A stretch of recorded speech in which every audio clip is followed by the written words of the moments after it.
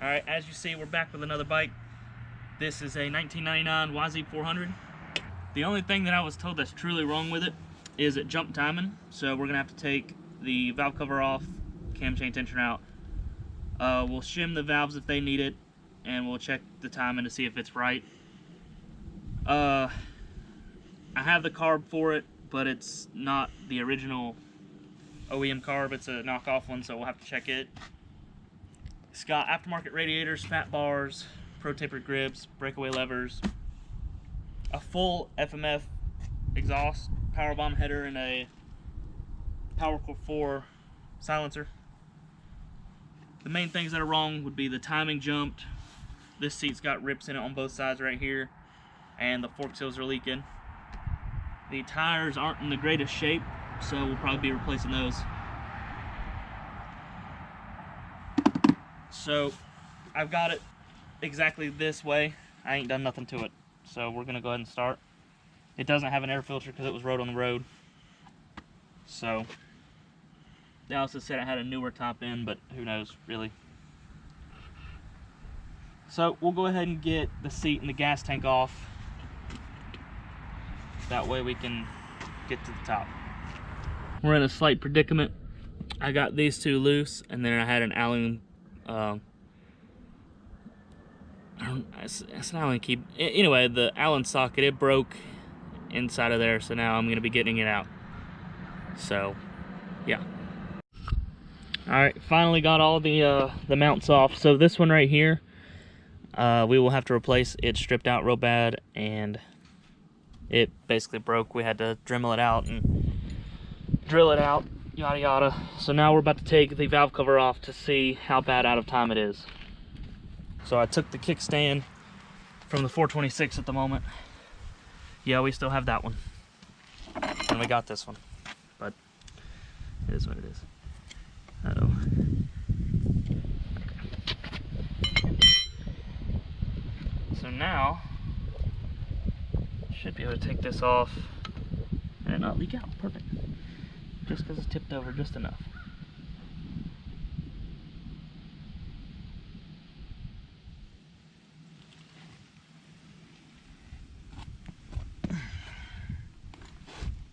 Alrighty.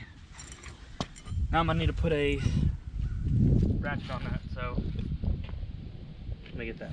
So we're gonna turn the engine over, and what we're looking for is there's 3 marks down here on the crank.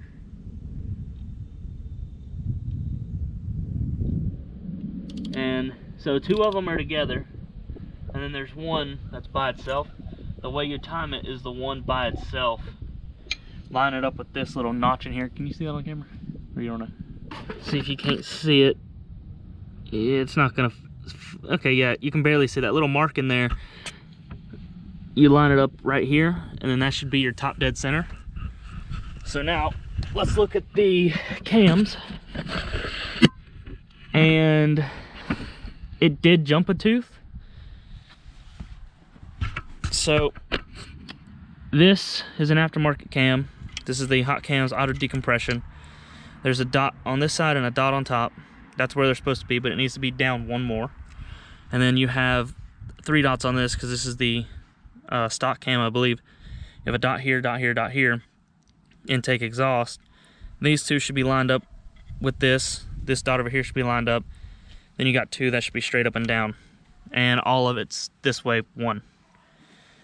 So to fix that, we will take off our cam chain tensioner, which should be very easy. Should be 8 millimeters. And that will loosen up this cam chain tensioner. We also need to take the cam caps off. I'll get to that here in a minute too. So we'll be taking these caps off the top of the cam. Oh, I guess you can't see that. Both of these off, and we'll be taking the cam chain tensioner off. So another quick thing, whenever you go to pull this cam cap off, you got to be very careful because there should be a retaining clip for the bearing or the cam, and there is. It's this right here.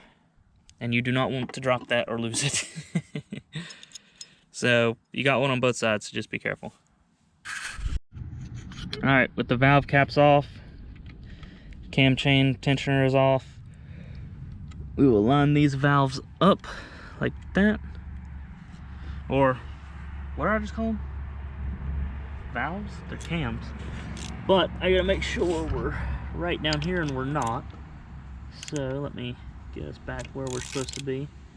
Taking that stuff off, I moved it a little bit. This is hard to do. Let me just take this off. Alright, we should be good right there. And the thing is, if we put tension on it,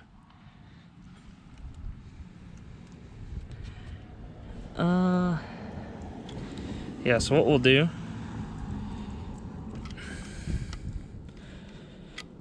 get this out of the slot right here, but now I want to put it back in. Everything looks good. Alright, let me get this back on. It's gonna be all wrong now that I took it out, but that's okay. Sometimes that's what you gotta do. You stay over there. You stay over there, hoes. Alright, there we go. Now we're sitting where we need to be.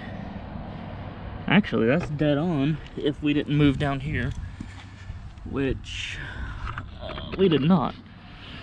So, put my finger in there to tension it, and that one looks good. This one is still off just a hair, so we'll be pulling this one out. We need to rotate it one tooth. Not exactly sure if I did that or not just now. Put tension on you. We still at top dead center down here. I can't see, it's getting darker. Oh, whoops.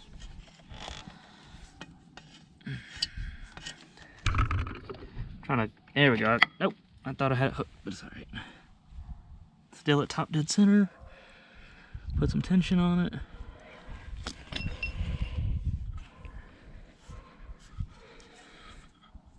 Looks right to me. Got a dot there, dot here, double dots and a dot.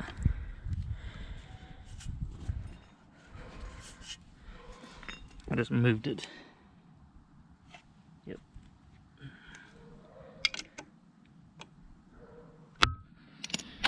I want to make sure I'm extra right on this before I put it back together. But it's looking good to me. So we will put the cam caps back on, and then we will check valve clearances. This is going to be the exhaust valve. I'll come back when I got everything back together. Alright, so I got the head back together, and the valve clearances should be that for this bike. So let's check them. This is the .15 shim, or the .15. That one feels tight. Can't get that in there. That one's tight. That one's tight. Alright, so let's check the first exhaust.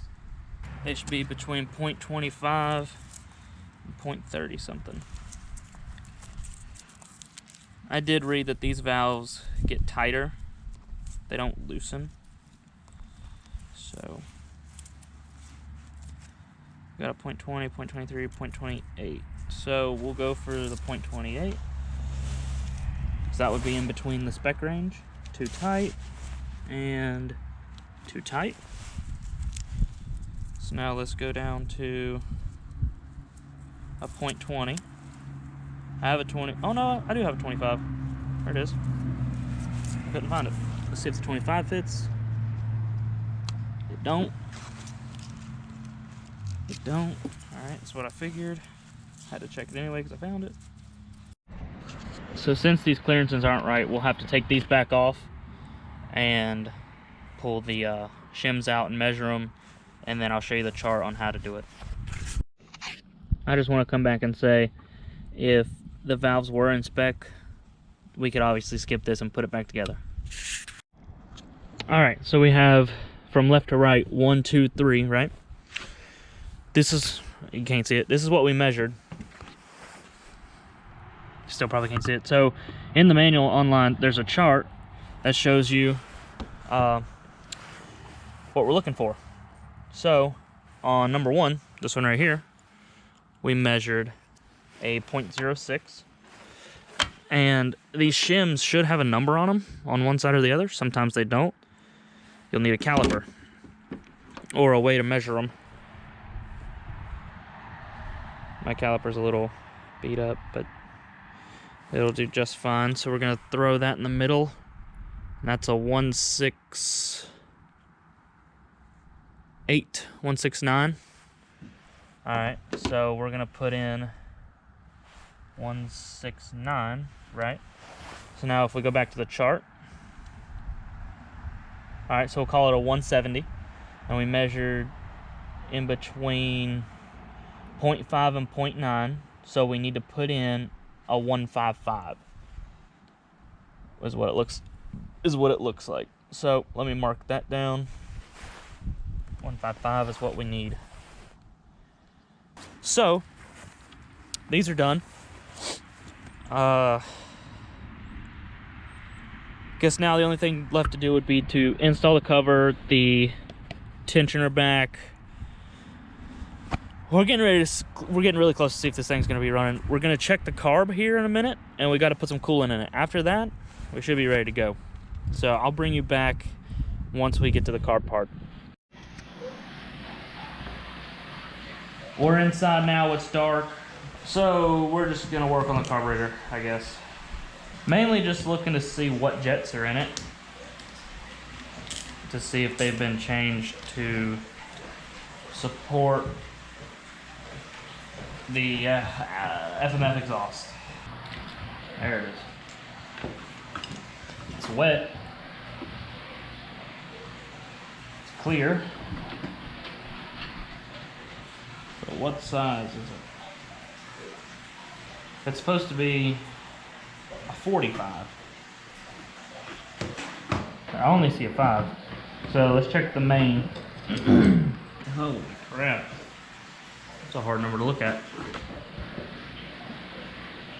185, and it calls for a 175, so I'm gonna say yes, this has been upgraded to, you know, support the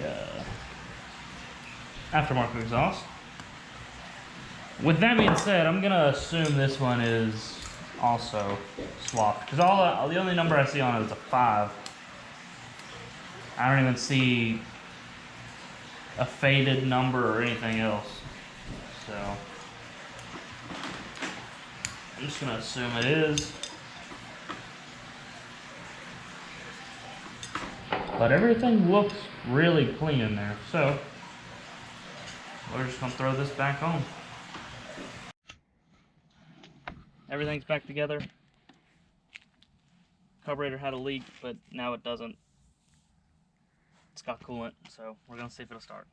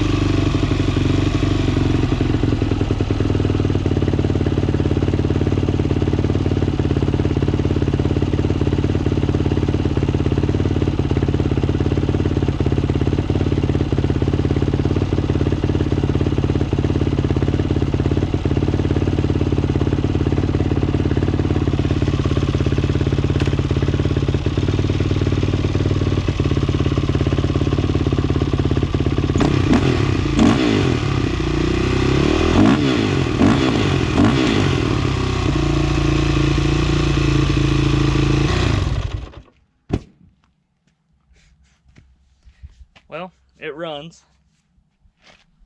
Kind of sounds like the 426. It kind of like has a weird noise.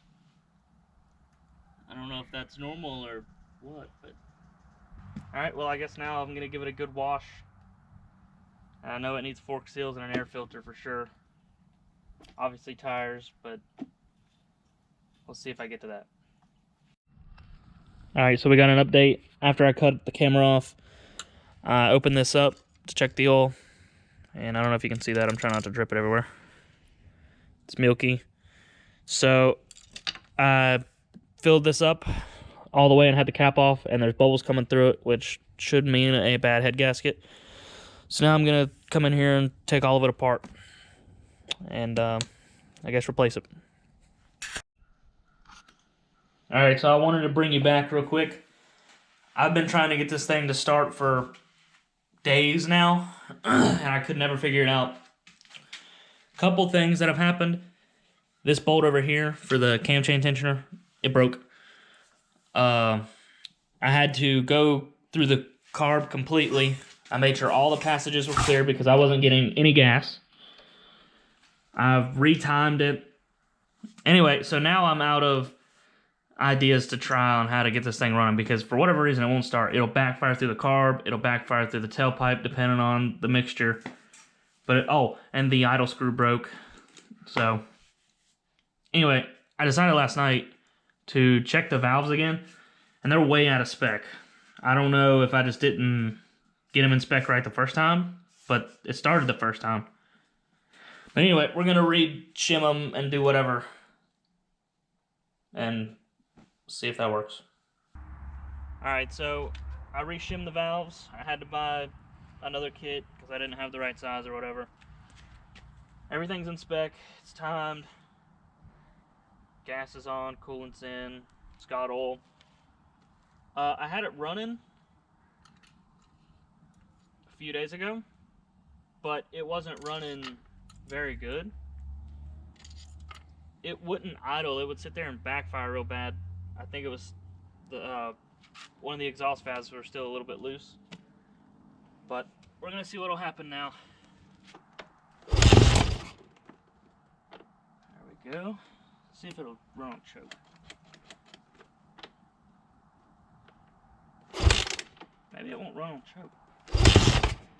Maybe it will.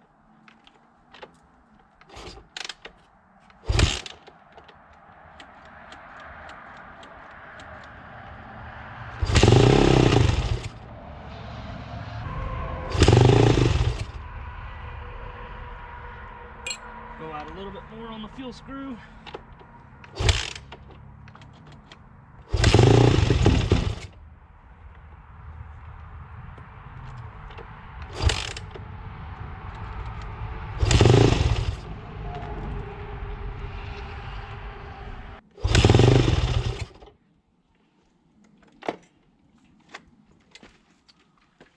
Guess I'm gonna check the carb. Alright, so I busted open the carb. The main jet had a little bit of gunk in it. I don't know if it was just leftover gas or whatever, but I blew through it. It's fine. This one, the pilot jet I just pulled out. I don't know how good you can see it, but it's 100% clogged. I can barely blow through it. So I'm gonna get some carb cleaner. I'm gonna shove that in the end of there. And I learned my lesson the hard way, not wearing glasses. Put your fingers over the end right here. 1, so it doesn't come off. 2, so it doesn't squirt back in your eye.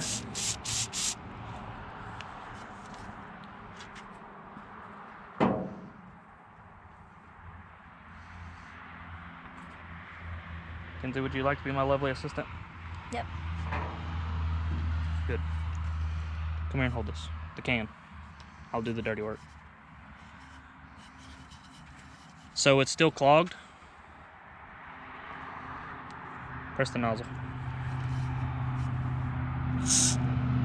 Alright. Still couldn't see through it. I can start seeing through it now. You wouldn't want to blow on this, would you? No.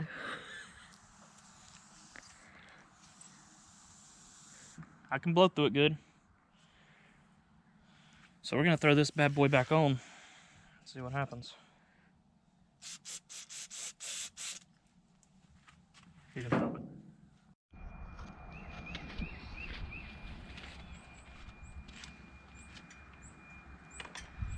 Alright, so this morning I took the whole carb apart and made sure it was completely clean, and it was. And I went to start it again, and it still did the same thing. So I took the idle adjustment screw way down. I took the broken idle screw out and replaced it with some cheap one that I got in some carb rebuild kit. And I was able to tune it pretty good. I think I'm going to be able to repair the old one. I'll show you how I did that here in a few. But it does start now, and it does idle.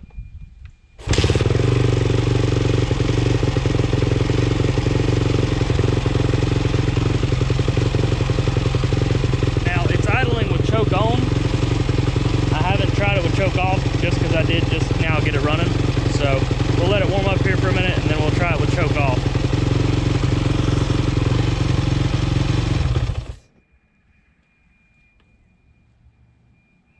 That's a shame. But it doesn't idle with the choke off.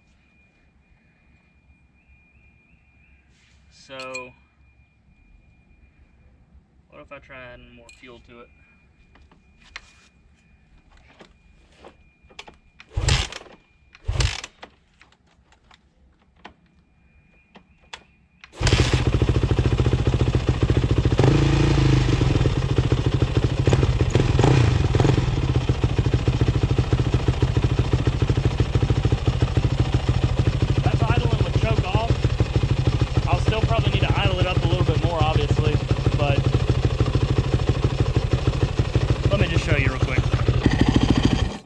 I don't know how good you can see it up in there, but that little spring right there is the idle adjust.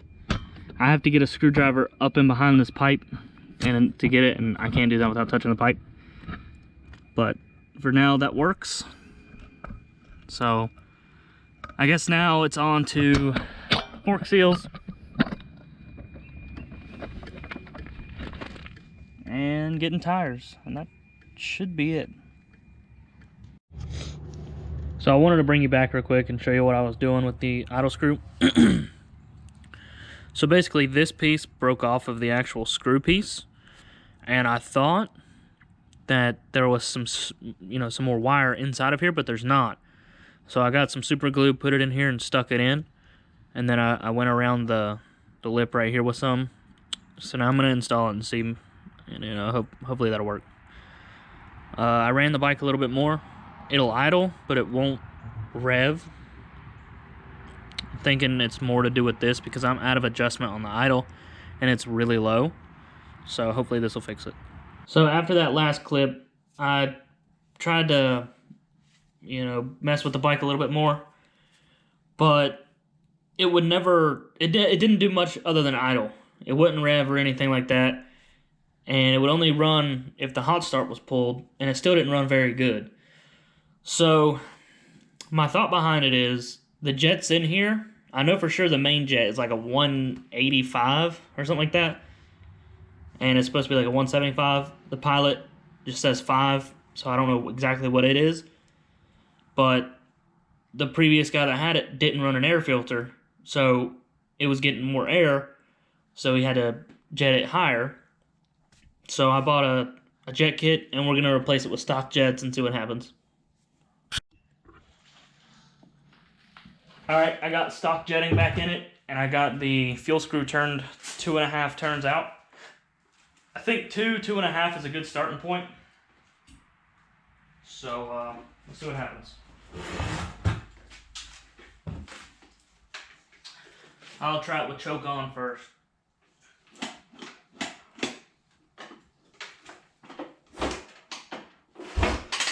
Oh, it's in gear.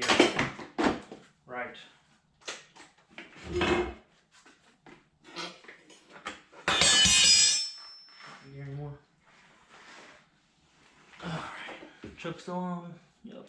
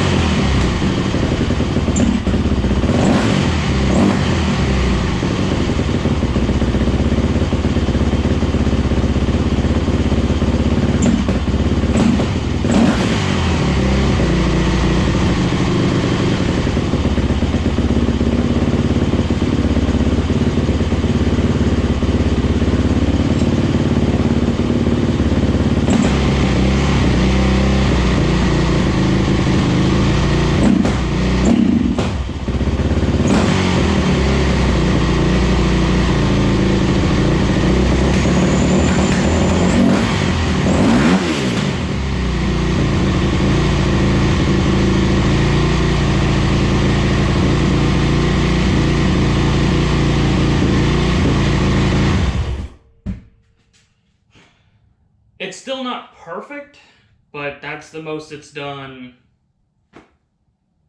you know, since I rebuilt it. So I'd say we're in a pretty good position now to where I can continue with forks.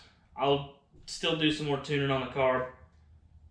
Yeah, I think the only things left is fork seals and tires.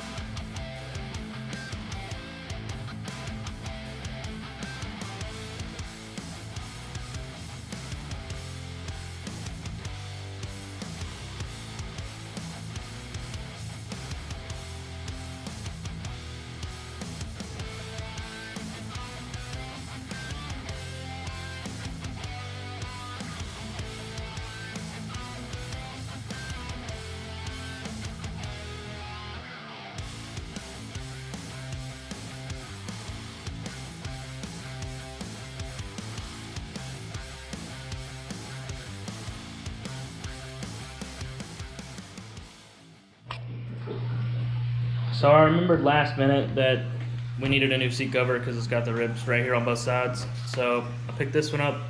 It's kind of hard to see because of the glare, but anyway, we're gonna be putting this on today. I'm not particularly very good at this. I struggled pretty good with it, putting it on, but I'll figure it out.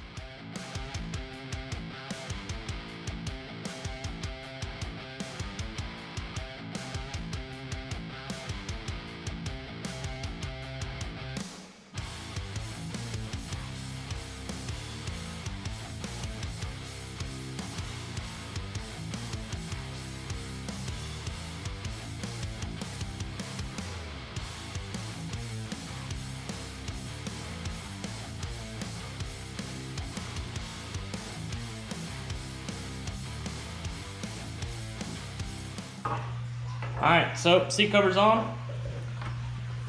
Doesn't look too bad. I'm actually feeling it. This is what the old one looked like, just for a comparison. Got the holes in it. And then now we got that. So, the last thing I'm gonna need is tires, which should be happening very soon. Alright guys, here we are. 99 YZ400 is, I'm pretty sure, done. I can't think of anything else that I need to do. We just got the new tires on. Looking pretty good there. There's the rear tire. So, let's see how many kicks it takes to start this bad boy. I can't remember how many it took me yesterday, but we'll see.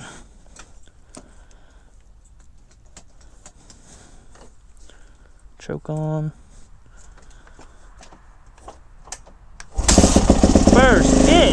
That's what I'm talking about. Alright, we're gonna let it warm up and then we'll get riding.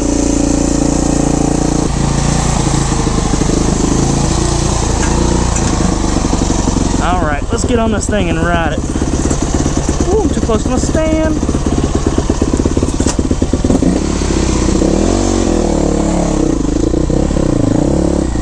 So I got this bike for a really good deal by accident, you know.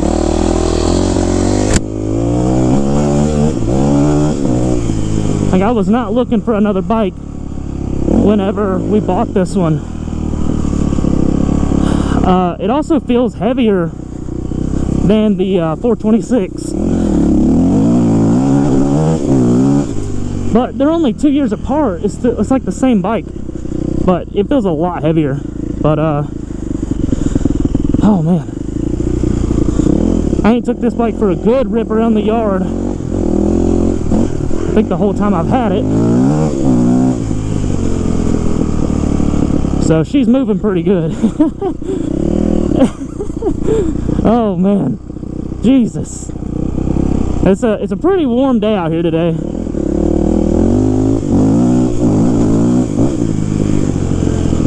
There's another small issue, but you know, not too bad. So thinking back on this bike, the biggest issue that I had with it, I believe, might have been the head gasket. No, the biggest issue I had was the valves, because the first time I adjusted them, it ran good after that, but I adjusted them again, or I took it apart to replace the head gasket because the oil was milky.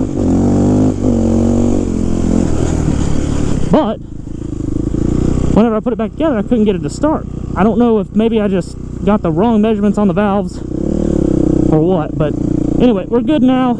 She runs really good. So, you know, I can't complain. I ain't put a whole lot of money in this bike, which is awesome. But hopefully we'll keep getting, you know, some more bikes like this. Let's see if I can get a little wheelie. Oh yeah, there's a little one. I was gonna try to clutch it up, but I remember from my past, clutching them up has not been my strong suit. Neither is power wheelies, but you know, still.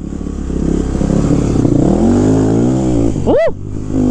Got a little squirrely there on that concrete, actually. Yeah, this bike ride's really good. I hope you're enjoying the content. I'm having a pretty good time building these bikes for you. We're getting a good bit of traction on the channel. I really do appreciate everybody that's staying around watching. Always have more coming. Always.